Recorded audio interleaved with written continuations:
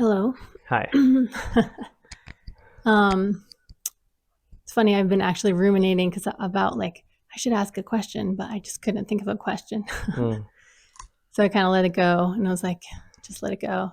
And then a question came up, mm, um, and it's actually it's about what what I'm ruminating about, not the question, but another thing. Um, so back home, I have a friend who is right now suffering. Um, and um, I can see that so much of it is in her mind, that she's really adding to it, and and I also feel this responsibility, mm, maybe unnecessarily, um, but it's enough to make me ruminate about it. And I, was thinking about it for a few days at the very beginning, and then I kind of let it go. And then she came to me in a dream. mm, Um, so I feel like there's definitely something in there. Um, like I don't know, I can't help her. I can't fix it for her, but I feel this responsibility to do something. And I do things, but it never feels like enough. mm, It just keeps coming back at me. And if I don't do something, I mean, I'm here on this retreat, so I left her, and I think I have this tremendous guilt. I told her I would send her metta, mm, but still feel this tremendous guilt um, and responsibility. So I'm wondering if you can comment on that. mm. Yeah. Um, of course, I don't know the situation and all that, right? So there are so many, unique circumstances that and different dynamics between friends and them and, whatever they are kind of involved with or what's going on with them. Um, so,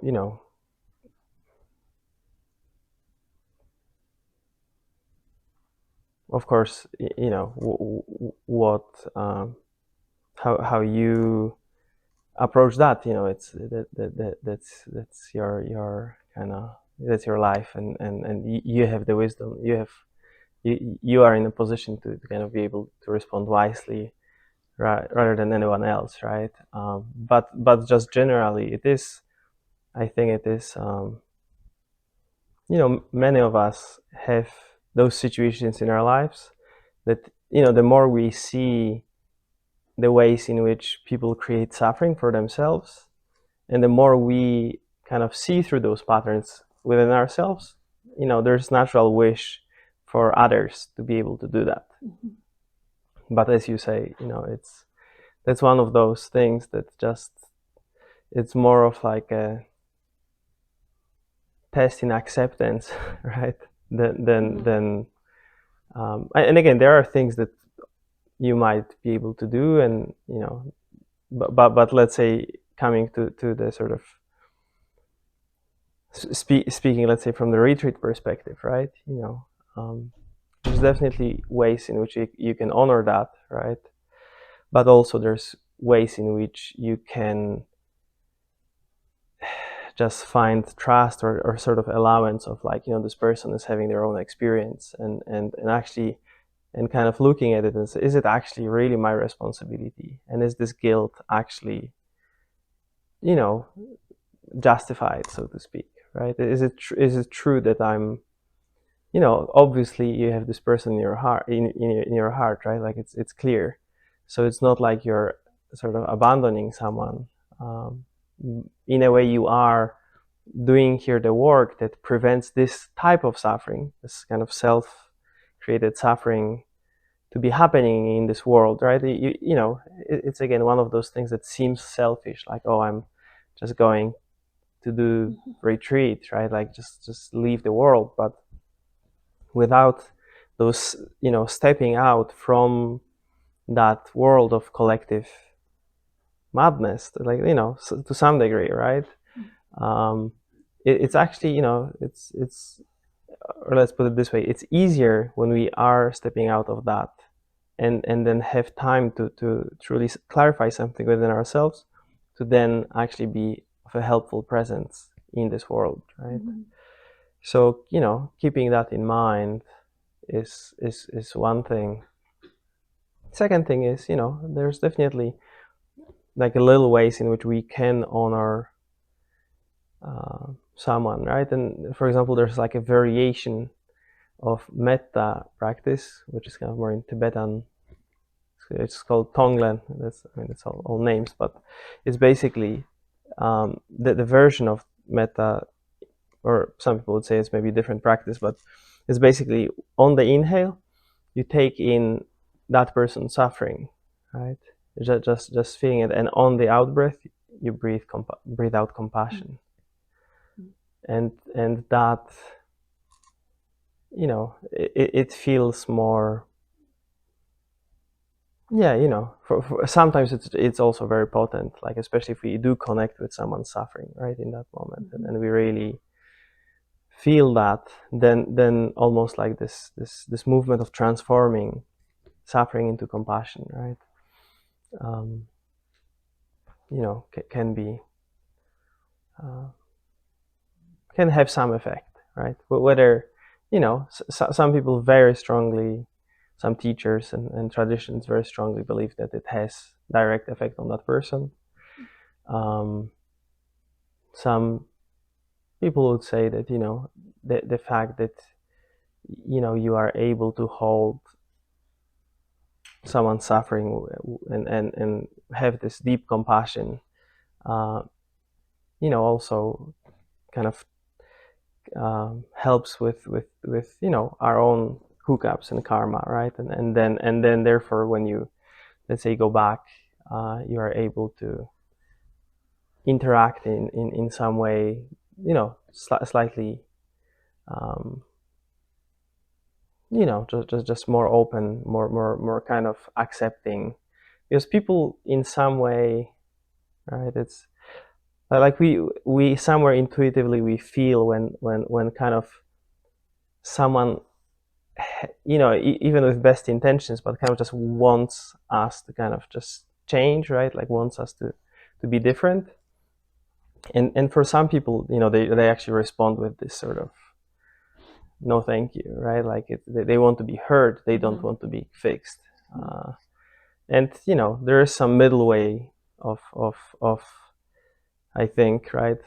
Sometimes we can be just listening, compassionate presence, and sometimes we can try to offer something, right? But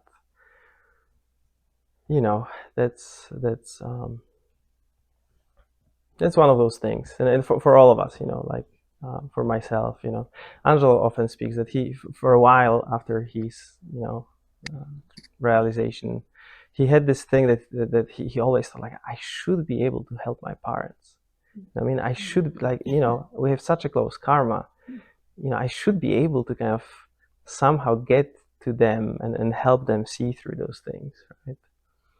But it was actually his process of accepting that this is not the case.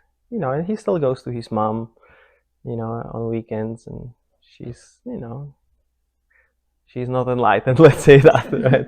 She she but so there's this very powerful, very beautiful saying in the, I mean, Paul is not here. Paul would know better than I, but I think it's from AA, right? From the 12-step program, that says something. I'll paraphrase it, but something like, "Lord, give me courage to change what I can change. give me humility to accept what I can't change, and give me the wisdom to differentiate between those two. Right? So it's a little bit like that in those situations, finding what's where, and also especially with this sense of guilt, or just looking at that clearly and being like, okay, am I really responsible? I mean, I sure would like to help, right? But is it really my responsibility to fix this, and make it the way I think it should be, right? So looking at that while still, offering some intention, even during the practice, can, just blend between all those things, and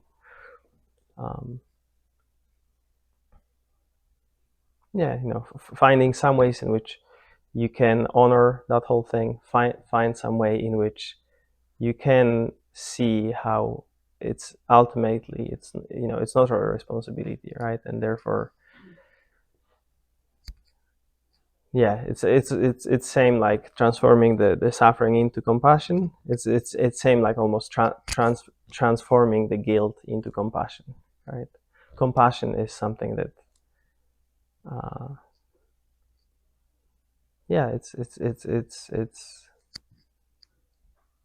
it's natural. It's pure of evaluations and judgments and all that, right? And guilt just has right. It's a mixed thing with other, our ideas to some degree, right?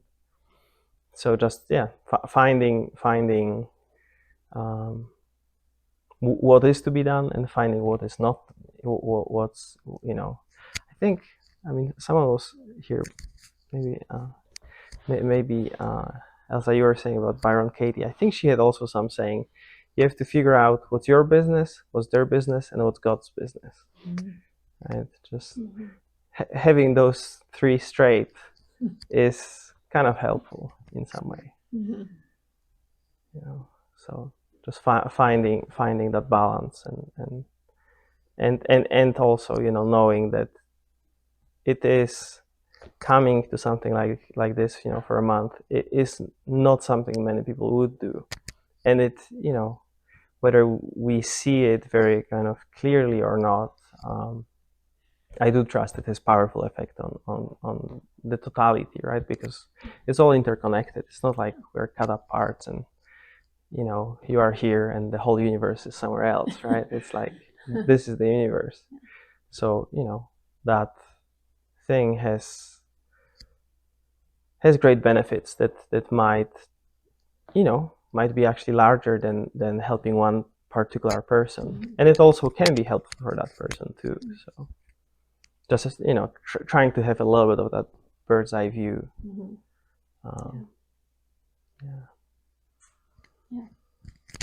That's all I have. That's good. I could feel it. It's easy when you're speaking to feel that the sort of let go of the responsibility. And I can feel how that also is kind of, it blocks me. So,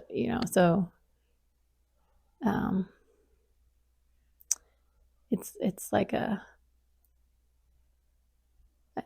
it's keeping me from being compassionate, because that's, but it feels really nice to hear that, and to sort of let that go for the moment, at least. And if guilt will come up again, also have compassion for the guilt, right? And for yourself. And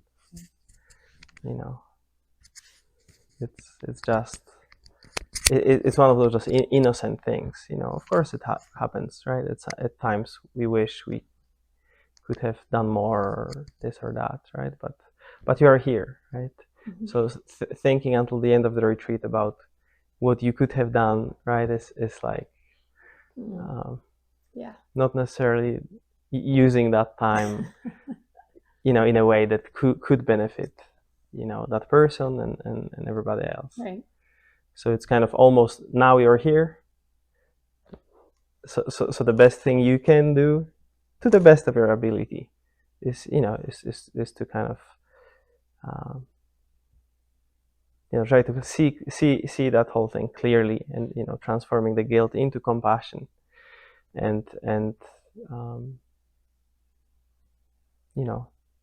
since you already came, the best what you can do for that person is to let go of that entanglement, and sort of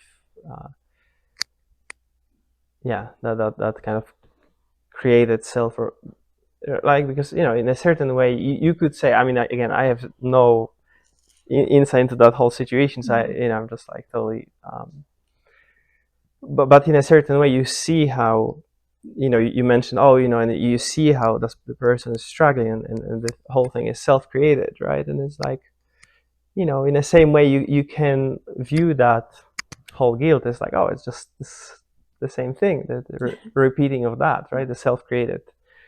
So you can, as a first step, be the change you want to see in the world, right?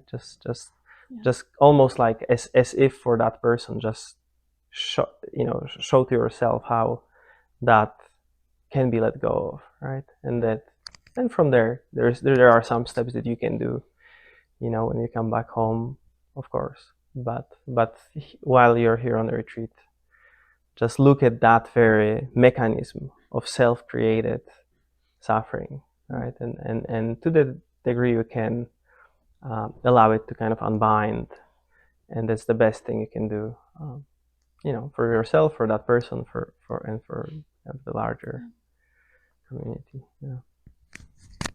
Thank you very much. Yeah, you're welcome. Thanks for coming.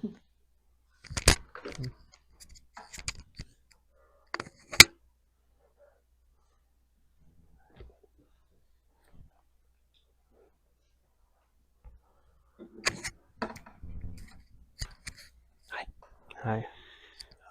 Thank you so much, Gogan, for your talks, your guided meditations. They're like very powerful and deeply moving. So I'll start with that. Thank you. So the practice that you mentioned, it seems very powerful. Toglen, is that what it's called? Tonglen, yeah. My question is about boundaries. Like once you become so porous that you really feel the suffering of the other, on this pathless path, you are expanding and you're opening those boundaries and you are dissolving those boundaries. But then at the same time, you got to take care of this body mind complex. So for you, how does it work out? Like, how do you draw the line, and how does that look like for you? Yeah. No, this is a good question. I think, it's also like, in some way, that there's some unique ways in which kind of different systems function, right? So there's definitely ways in which some people are more porous than others, and kind of energetically, just even sitting in a room, right, like feeling the energies of different people, and to that there is more of like, it's almost, I don't remember who said that, but there was some kind of, I remember someone speaking about that whole thing. It was almost like, there are people who have the door to their hearts, let's say, or energetic systems open, but they need to learn how to open the back door, right? How I mean, for one thing, there's definitely some ways in which, when our presence is strong, things are, even if we can feel them, experience them, they are not as affecting us, right? In some way, they're just not kind of like penetrating the whole system, right? Or like staying. But there is a way in which it's almost, it's a kind of more intuitive thing of like opening the back door in some way. So it's not like things that are coming are staying, right? It's not like a, 3-step kind of how to do thing. It's more like an intuitive attunement in some way. But I would say in this kind of process that has some, you could say, in some milestones, right, that happened like at first there is this time where things are more and more opening up, and then there is this a little bit of it can be a challenge for people, right, to kind of like feeling the sort of energies and kind of being affected by that, and so the whole skill is about as I said, opening those back doors, or like letting things that move kind of just go out in a certain way, right? Like not because there's something about our reaction to them that makes them stick, right? So if there's like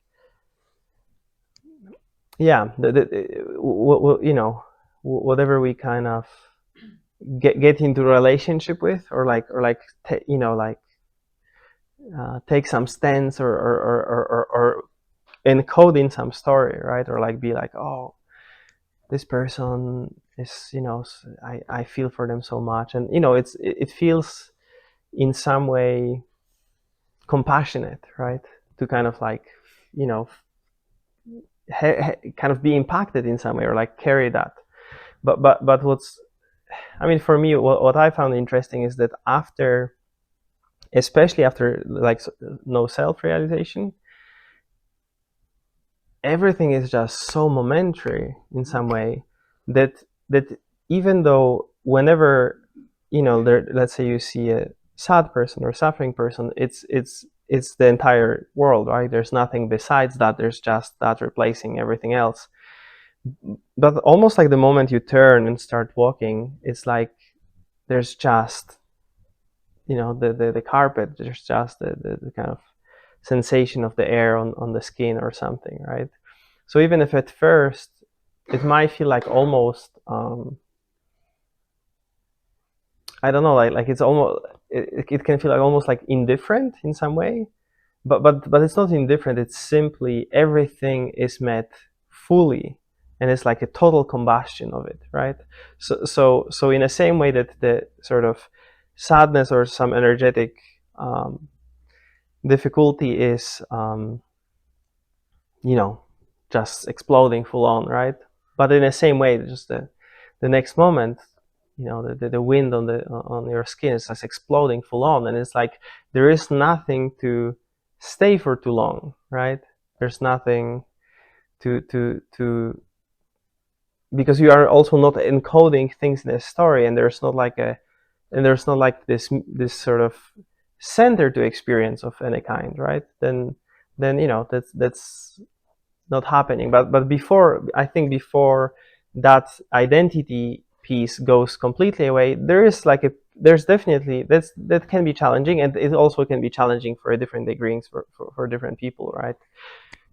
Yeah, I guess what's happening here is it's very difficult to, like, the mind wants to differentiate what's mine, what's not mine. Mm-hmm. So like things would be happening and it's just confusing. Is it my trauma? Is it someone else's trauma? Mm-hmm. Is it my emotion, someone else's emotion? Yeah. I guess I just have to let go of that extra narration that's happening. And I totally understand and feel you that in the moment it just combusts fully.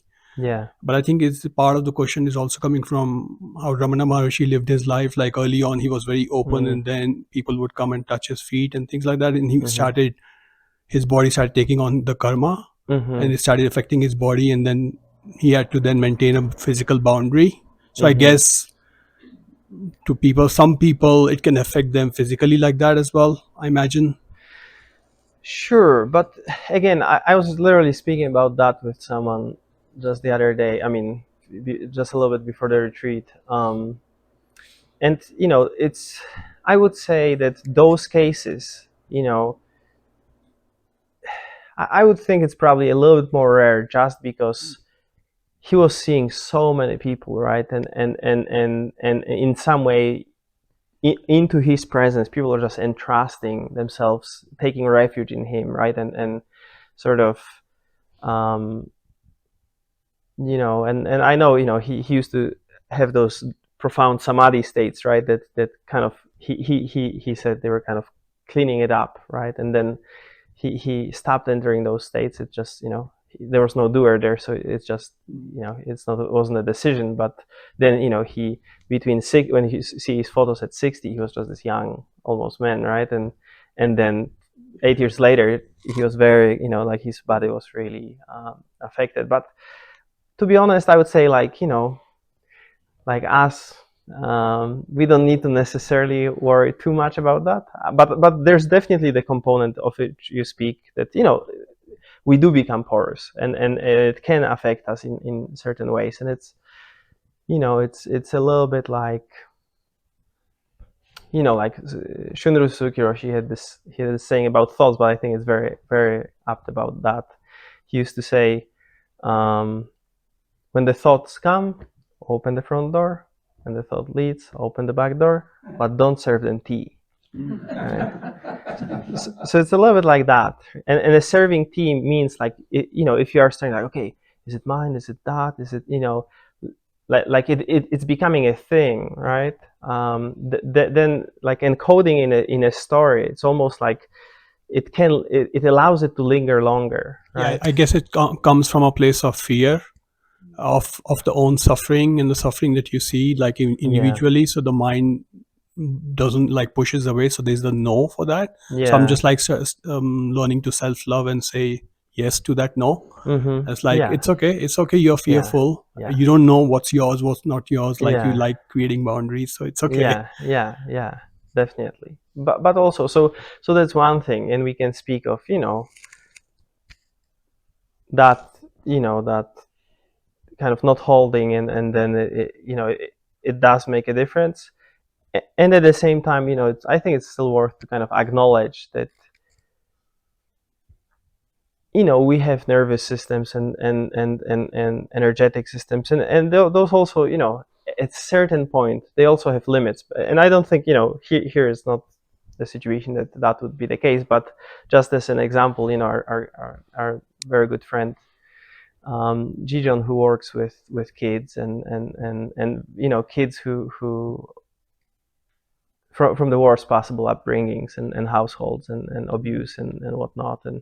And for a while, I remember talking to him, and he would say, like, oh yeah, like, somehow I just, like, I'm able to be there with them, and I go back home, and it's not, like, necessarily big thing. But then his amount of his hours increased in that department versus some other things that he was doing. And at some point, after some months have passed, like, he said, like, you know what, like, I really, it started to kind of get to me a little bit. I have to actually take care of myself in some way. So of course there,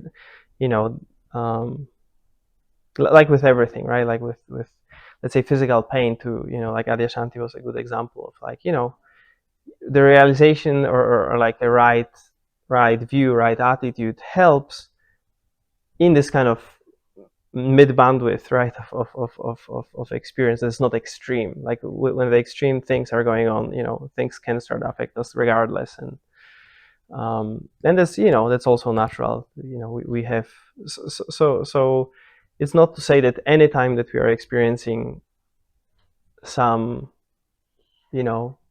karmic or energetic things,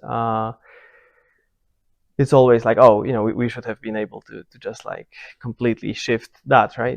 We are human beings, and we have our systems have limitations to some degree. So sometimes, it's doing some solitary practice, right? Or some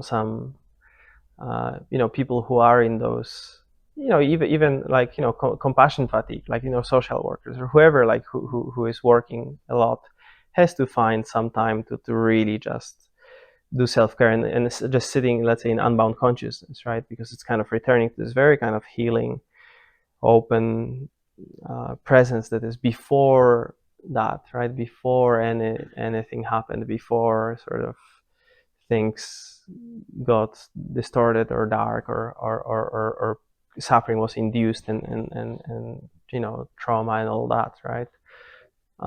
But yeah, I would say, here, being on a retreat and having plenty of time to actually do meditation, that's probably not a big issue for most. But that learning of, because we live in a world that is, I mean, what's going on in Gaza, what's going on here, there, right? It's certainly, and even day to day, like walking on the street, of course we meet plenty of people who have a lot of a lot of challenges, a lot of you know, a lot of suffering that is way heavier than what we have, right? And so then kind of seeing where that kind of what allows that lingering of it to happen, right? Like if and often it is reaction going into push and pull with it. Either again, either like if you leave and you're completely in a different, let's say you meet a very disturbed person in a subway, right, in New York, like you just it happens a lot, right? And then you're coming outside, and then if you still keep thinking about, oh, I still feel a little bit of that, is it this, it's it's kind of like encoding that whole thing in the present moment, whereas it's actually it just happened, and then so looking for that back door, like if things come in, just to be like that kind of open space that anything can travel through it, but it doesn't hold anything, right? Yeah. Okay. Yeah. Makes sense. Yeah. Thank you so much. You're welcome.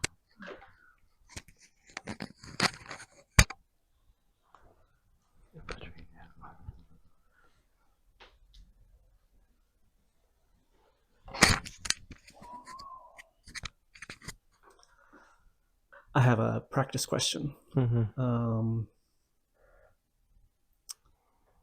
So going into sensation with something like anger or despair or some type of felt suffering works well for me. It gets me out of the head, Mm-hmm. into the body, and things start to unravel a little bit. But I wanted to ask about that process with the other end of the emotional spectrum. So two examples of that had come up over the last few days. Doing metta, of bring to mind. Mm-hmm. My sister, what she's going through, there's instantly that felt sense of affection Mm-hmm. through here. Mm-hmm.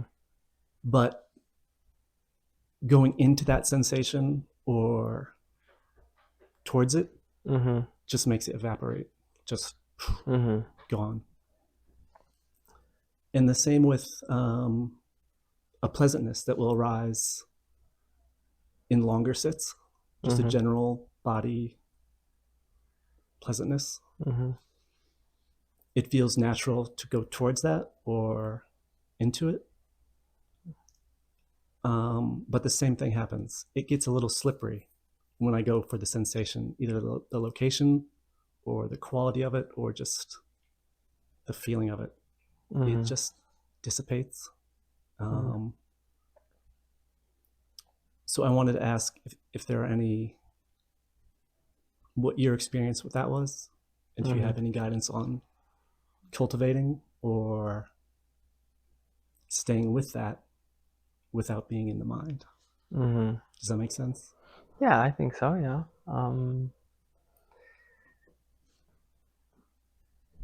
So those with them. So two things you said was about the metta, but then also about the kind of pleasant feeling that arises within the.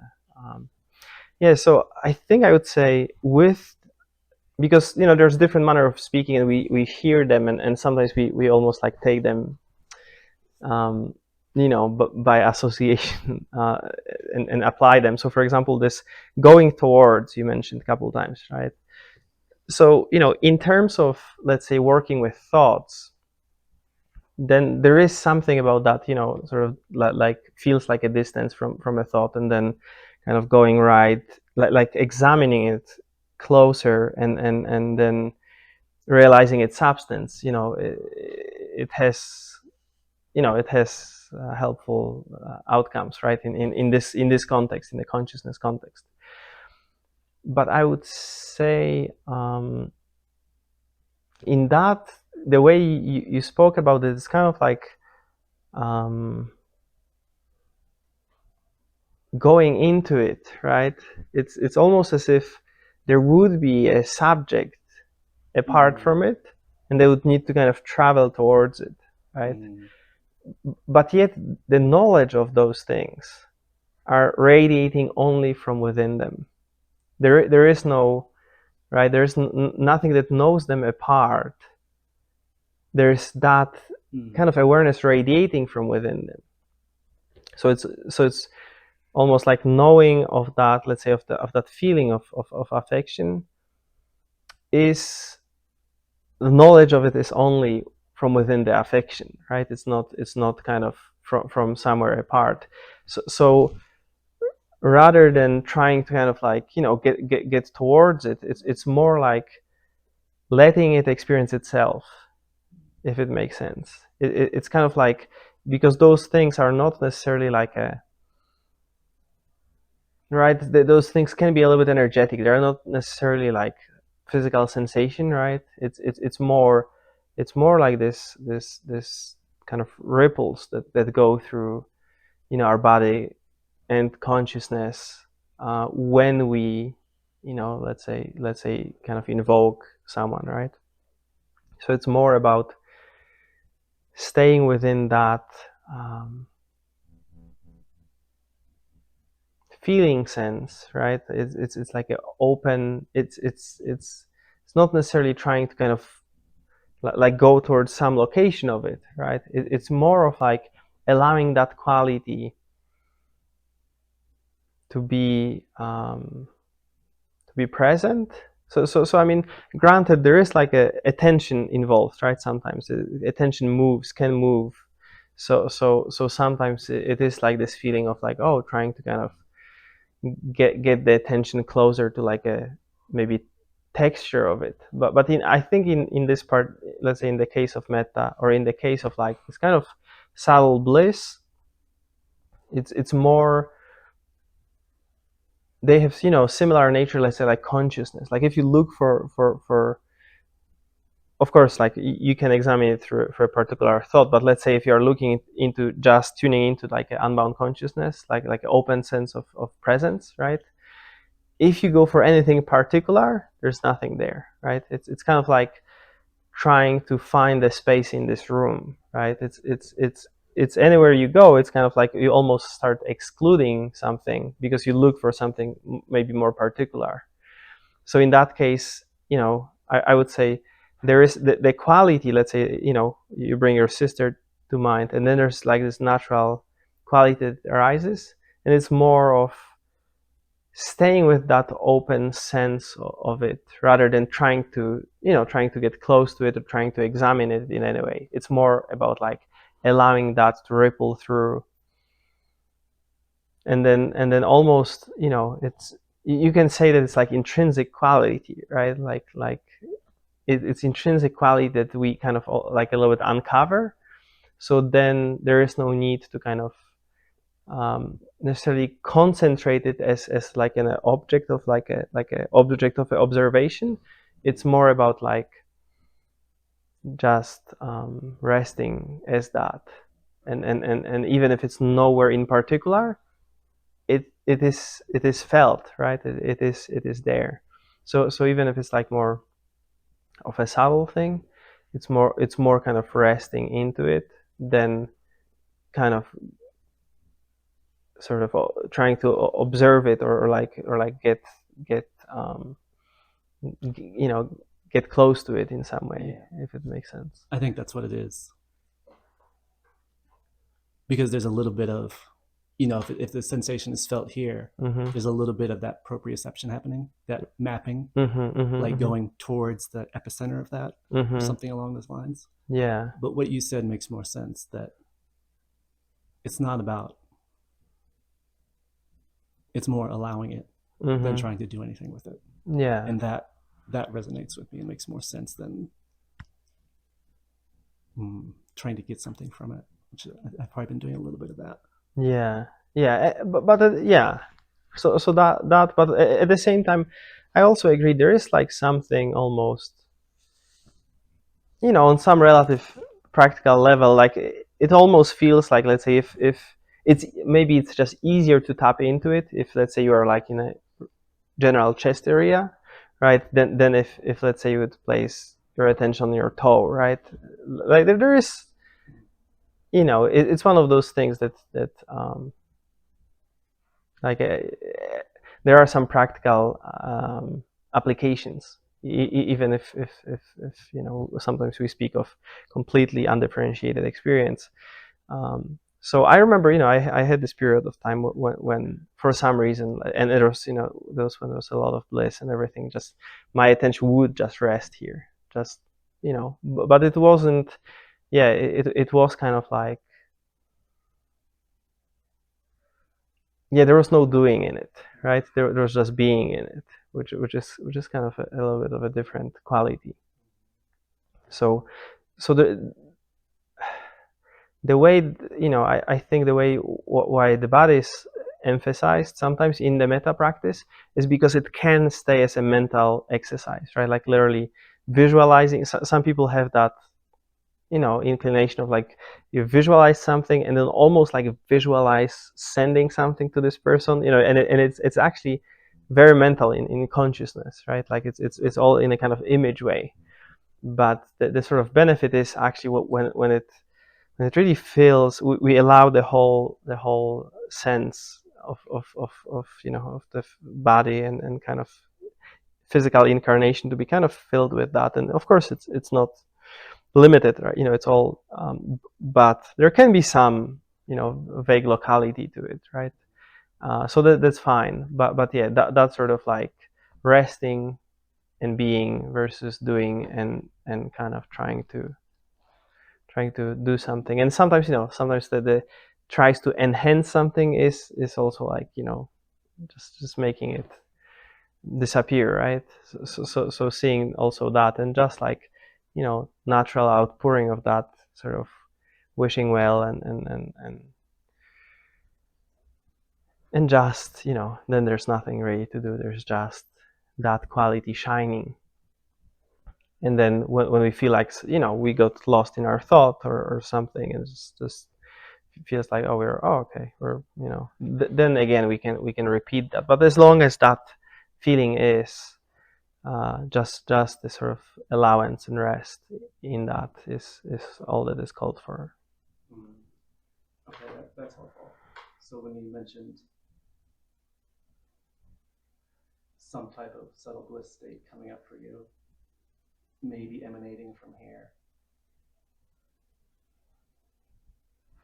and not trying to do anything with it, just allowing it to be there, and maybe knowing that it's there, and if mind wanders, come back there without trying to do anything to it. Is that more or less? Yeah, it knows itself. You don't need to know it, right? So again, eliminating that gap between subject and object.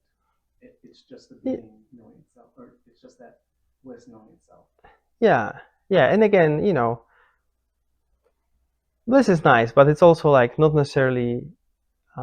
It's just experience that happens, right? It's a conditioned experience that comes and goes. So it's nice when it's there, but also it's not necessarily like a measure of you know, whether things are going well or not. You know, it's so when it happens, it's just, you know, it knows itself.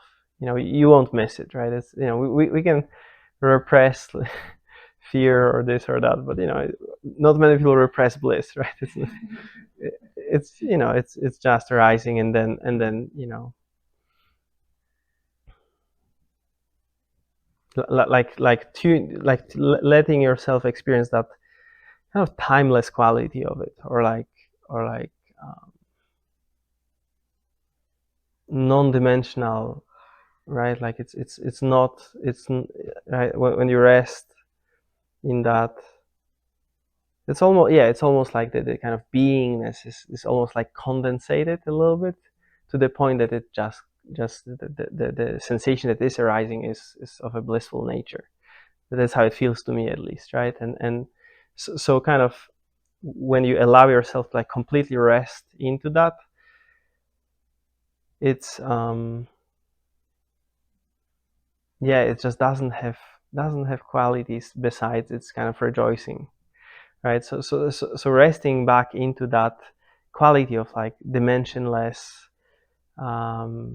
timeless, kind of, yeah, pure being, and seeing that anything that tries to manage it is a thought process that is kind of secondary, you can say, and be just okay, that's just what happens, but that's fine. But there's nothing to be done with it. It is. It's not, it's not like something we produced and we did good job, and therefore, it is, and therefore when it's arising, it knows itself. It's more about how, as much as we can get out of its way, right, out of the way of reality, right, in this whole process, in all sorts of ways. When we get out of the way, reality is. And okay, that makes sense. That's very helpful. yeah, thank you. Jay, I think we have a couple of us, but we go. Oh, there was someone else. Was it Bob? Oh. All right. Yeah. No, I make this kind of 20 minutes break before the next round, so just in case. Okay. Yeah, this is just a fast follow-up on the last question. Mm-hmm. So you mentioned being with metta and just allowing it knows itself, and and with bliss.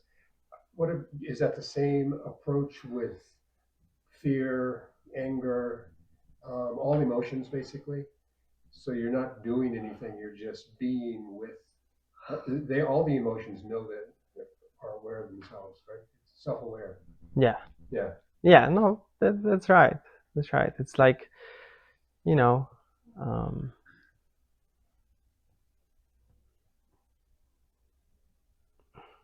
it's like I think Nisargadatta Maharaj had this saying.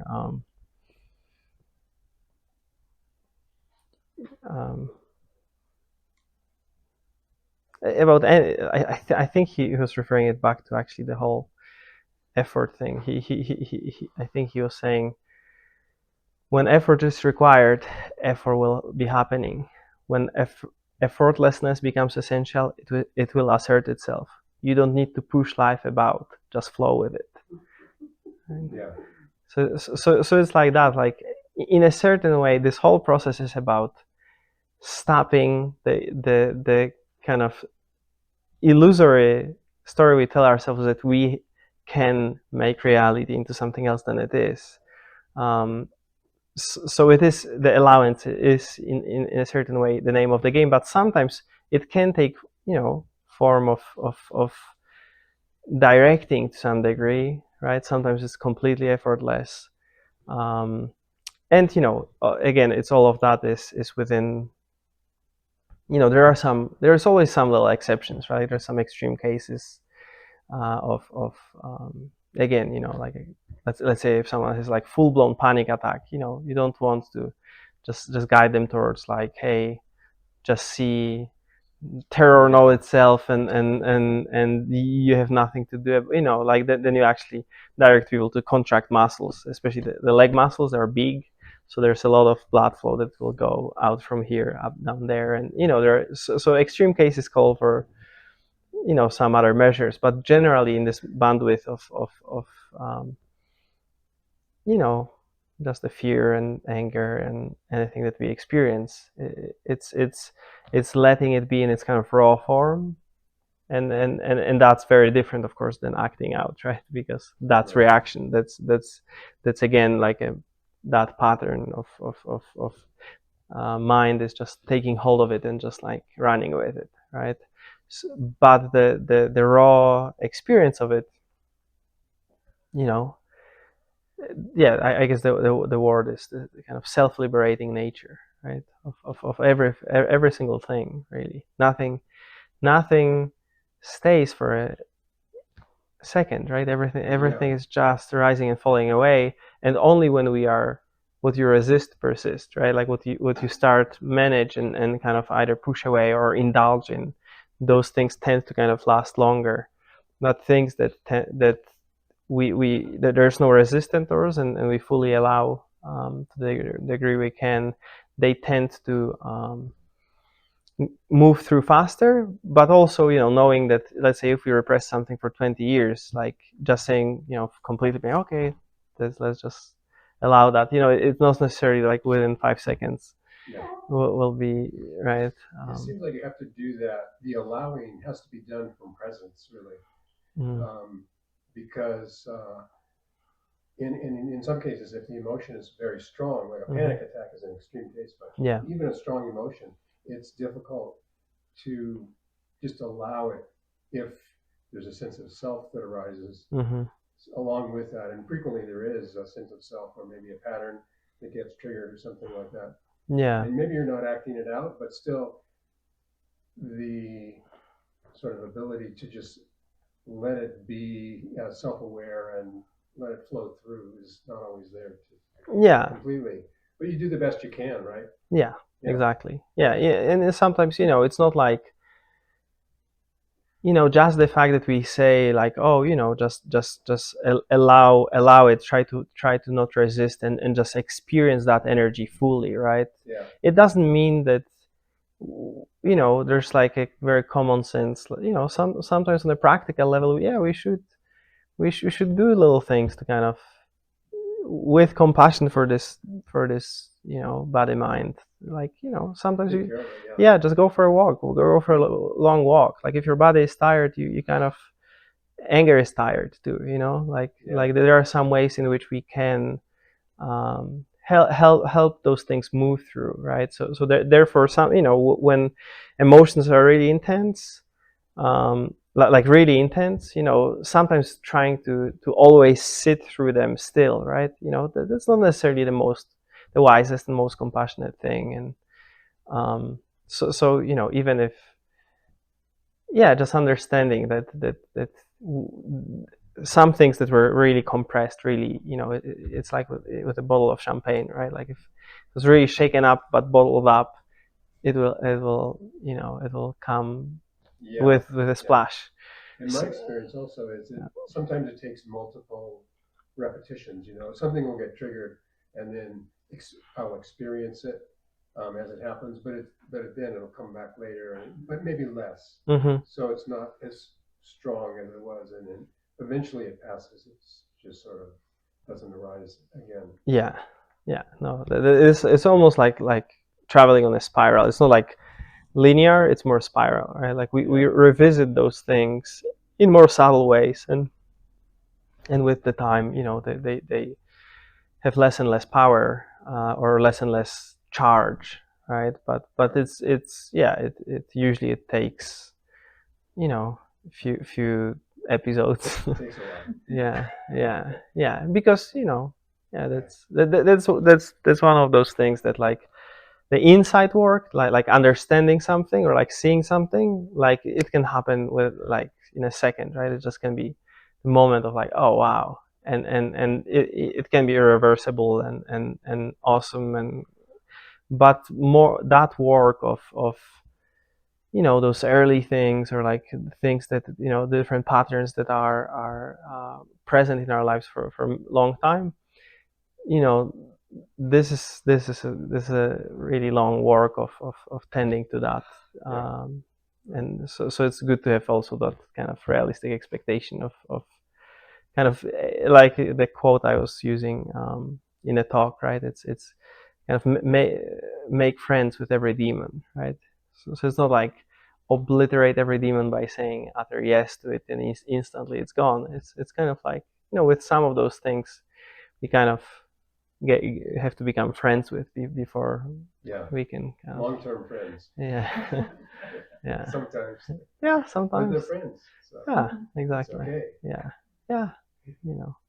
So to the degree we can, just allowing, and sometimes, there are little tricks, there are little things that can be done, like even in, let's say in Tibetan Buddhism, right? They work with all sorts of like different deities, right? And so sometimes you visualize yourself as like a wrathful deity, like just destroying just millions of beings and squeezing the blood out of them, right? And just destroying worlds, and right.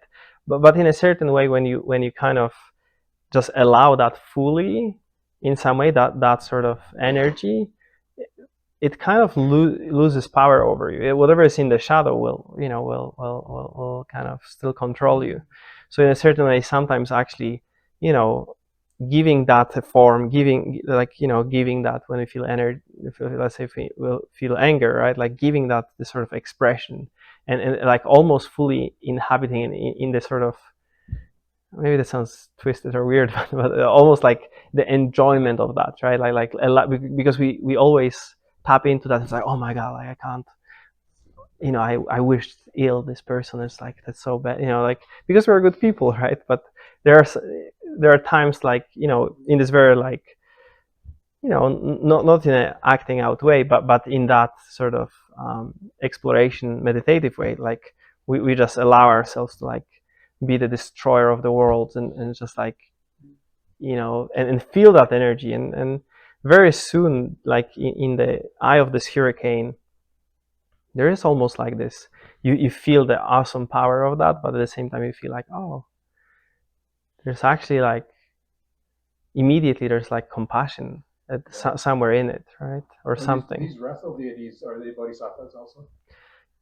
You could look at that this way, yeah. The core is love, right? I mean, and compassion. Sure. I mean, but again, it's like, those are this is one of the way of looking at it, right? And I guess in that context, in that tradition, probably that's how they would define it. But in a certain way, it's like those are just primal collective energies, right? That are beyond any tradition or naming, right? They are just,